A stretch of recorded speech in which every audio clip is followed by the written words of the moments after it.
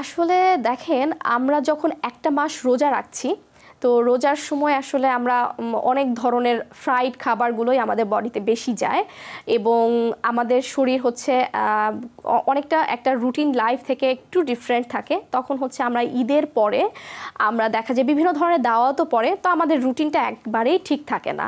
তো আমরা যদি আবার আমাদের রুটিন লাইফে ফিরে যেতে চাই, তাহলে সেই ক্ষেত্রে উচিত হচ্ছে যখন আমাদের রোজাটা শেষ হলো, যদি আমাদের বিভিন্ন দাওয়াতও পড়ে যায়, তো দাওয়াতের মধ্যে কোন খাবারগুলো আমাদের প্লেটে উঠবে, কোন খাবারগুলো আমরা খাবো, সেটার ডিসিশন মেকার হচ্ছে আমি। কোন খাবারগুলো খাবো না সেটার ডিসিশন মেকারও হচ্ছে আমি।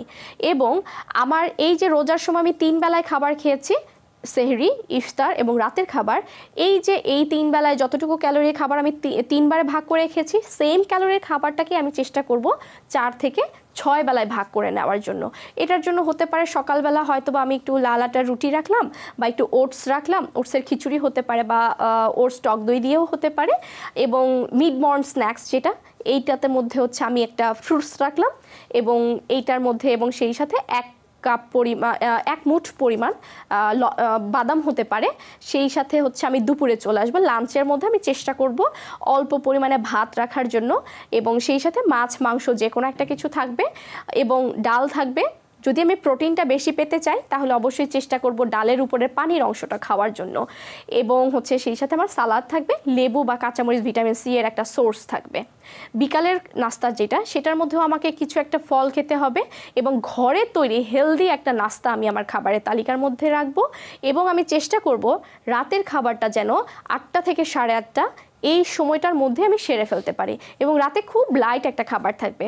হতে পারে অল্প পরিমাণে ভাত, কিন্তু যদি ডায়াবেটিক পেশেন্ট থাকে বা সেই সাথে অন্য কোনো ডিজিজ ইস্যু থাকে, সেই ক্ষেত্রে ভাতের ক্ষেত্রে রেস্ট্রিকশনসও থাকতে পারে। তবে ভাত অথবা লাল আটার রুটি অথবা ওটস বা হচ্ছে আমি একটু টক দই দিয়ে মিক্স করে নিতে পারি বা দই চিড়াও খেতে পারি।